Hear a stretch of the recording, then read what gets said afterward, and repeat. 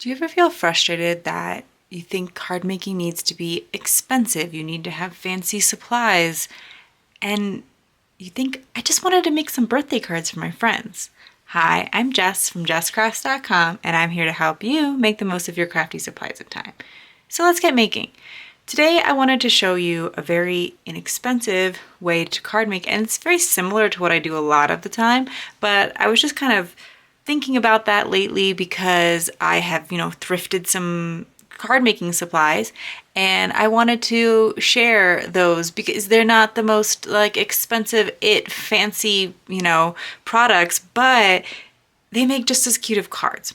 So what we're going to need today is I have my 12 by 12 paper busting template for A2 cards number 34. It's going to show you how to cut this one piece of 12 by 12 paper and make 4 A2 cards exactly with no pattern paper scraps. And then I have some inexpensive felt embellishments. They are probably originally from a Dollar Tree or big box craft store. I'm pretty sure I thrifted them. I don't actually know. And then I have some stickers that have sentiments on them. These were from Joann's in the US. They are just sentiment stickers. And they're in the little I don't think it's quite like a dollar bin anymore, but just it's like an inexpensive category. And I really like them because they had a variety of sentiments, and they had a bright and a floral version. And I thought, oh, that could really get me through a lot of cards without having to buy stamp sets or anything like that. So I think these are great for beginners. So I'm going to use this 12 by 12 sheet of paper. A single sheet of 12 by 12 paper is very inexpensive. This is even double-sided, similar thing. You don't have to buy a whole bunch, especially if you're I'm just trying to make a handful of cards for specific occasions. But this is something that I also find it very easy to thrift patterned paper. So to find it even at just a standard thrift store, but I do have a list of arts and crafts thrift stores on my blog, and so I will put a link to that. And thank you to everyone who's shared other arts and crafts thrift stores that are out there, because I certainly don't know them all, and I'm happy to always add one to the list. So I cut it down to 12 by 12. I cut off this branding strip. If this is Doodlebug design fruit stand, if you have it in your collection, it's probably super old.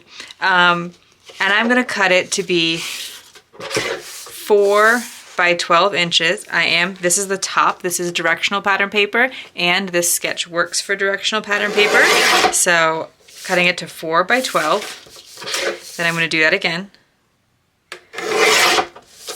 And then you see that these are the 4-inch strips. So you can download this, print it out, and you'll be able to access it so that you can recreate the cards very easily. You don't have to write down the measurements that I'm saying, but I try to remember to say them in case that is helpful. So now we need 3/4 inch strips. That's mentioned down here at the bottom. So from each of these long ones, we need 2 3/4 inch strips. So I'm gonna measure from the end. So instead of going at 12, I'm going to 11 1/4, which will give me the 3/4. And then I'm gonna do it at 10 1/2. And then what's left will give me 2 pieces that are 5 1/4. I am making A2 size cards. I like them because you make them from 8 1/2 by 11 paper. And so you can make 2 cards from 1 sheet of 8 1/2 by 11 paper without any scraps. And I do a video about how to make your own card bases on my channel. Hopefully this video reaches a couple people who are a little bit newer to card making and find it helpful. Okay, so again, 3/4, 3/4, and then go to 5 1/4. If you're also new to card making, I have some free classes here on my channel that are also very much walk you specifically through all the steps of the card making process. Okay, then this last 4 by 12 inch piece, we are going to cut at 3 inches each. Again, those measurements right there, 4 by 3. So I will measure to 9, 6, and you could be doing this with scissors, but I do think a paper trimmer, even if you're only going to do card making a few times a year, there are inexpensive paper trimmers out there, and they can be quite worth it for the amount of time they would save you. Now I have everything I need to make a card, or make these 4 cards, because everything has been cut exactly. We're going to use every little bit of that patterned paper. I'm putting some tape roller on the back. This is definitely a more expensive adhesive. It's called a tape glider. I'm like, it's but there's inexpensive ones out there. Like you could just buy just like a disposable tape runner. Some of them are refillable. That one is refillable. That's why I like it, because it is inexpensive when you purchase the refills. So we're going to take the medium-sized panel and glue it towards or adhere it towards the top of the largest panel. And you can absolutely use liquid glue.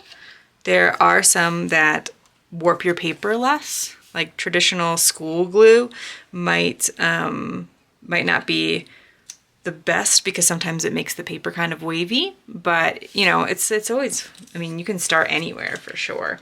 And then we're going to take those 4 small strips and add adhesive to the back of those.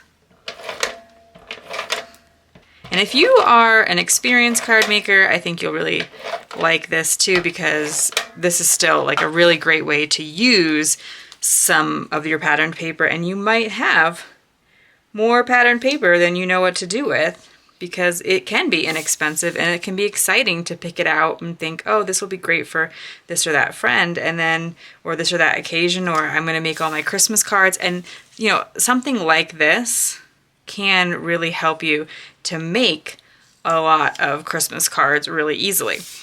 And on that vein, if you find this kind of card making helpful, there is an upcoming summit that might interest you. It is the Stress-Free Card Making Summit, and each of the instructors will show you how to do card making with 5 supplies or less, but some basic supplies don't count. So things like a paper trimmer, adhesive, a pen, certain things that, you know, aren't, but like the patterned paper is a supply. The embellishments are a supply. You know, the sentiments, the stickers, the stamps, all of that. So there's only 5 in each project. So they're lower supply overhead.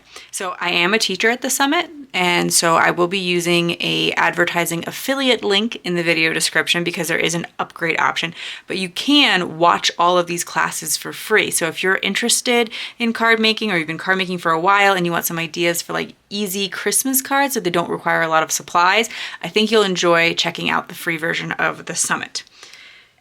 So I'm going to, I kind of am back and forth, because I'm like, ooh, this paper is kind of bright, but maybe I do want to tone it down with some of the pastel colors here. I do think they'll both match really nicely. Maybe it's going to be kind of determined by what color. So I want to use some birthday type sentiments. I do see they have this very clear happy birthday. Also, there's one here though, and it's in a bright yellow on this version. I kind of like these sticker packs because they're all the same sticker sheet over and over. So if you like to make multiples like me, this will be nice. And you know, maybe you don't want to make these all birthday cards because you don't want to give your friends all the same birthday card. But you can then change up the sentiments across the cards. I'm gonna put the sentiment down here at the bottom, and it worked out pretty perfectly that this sentiment sticker is a little bit smaller than the width of this strip that I've created for myself. If that wasn't working out, I might, you know, maybe pick a different sentiment, try out some other options, but here I'm okay to make these cards all the same. I'll either give them to people who don't know each other, or you can donate cards, and there is a page on my website where I share a lot of places that you can, like different places that accept handmade cards. So you can look into those organizations and what they do and what their requirements are. Okay, then we can finish off this card with these cupcakes. So I was thinking I want to find, I noticed that the cupcakes have some purple in them, and I wanted to maybe pull some of those in. I was a little hesitant about this one because there's a lot of purple, and does it really stand out? Whereas I feel like this one stands out a bit more.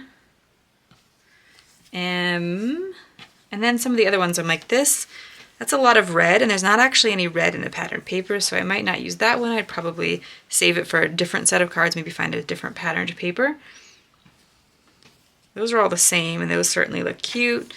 I could do the purple. This here has the green, and there is green, yellow, and pink in the card, so I think that that would work out just fine. Now, a lot of times I've seen embellishments like this have a sticker on the back. These don't, so I would probably try liquid glue on these, but you can see if they're going to stick with your tape runner first.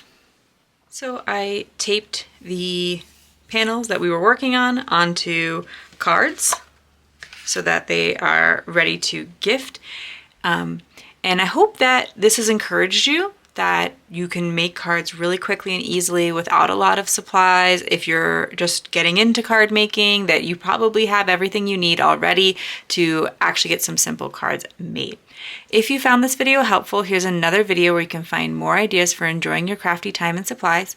Let me know you like this video with a share to your crafty community, subscribe and click the bell so you don't miss the next template or tutorial, and check the video description for product links. See you in the next video.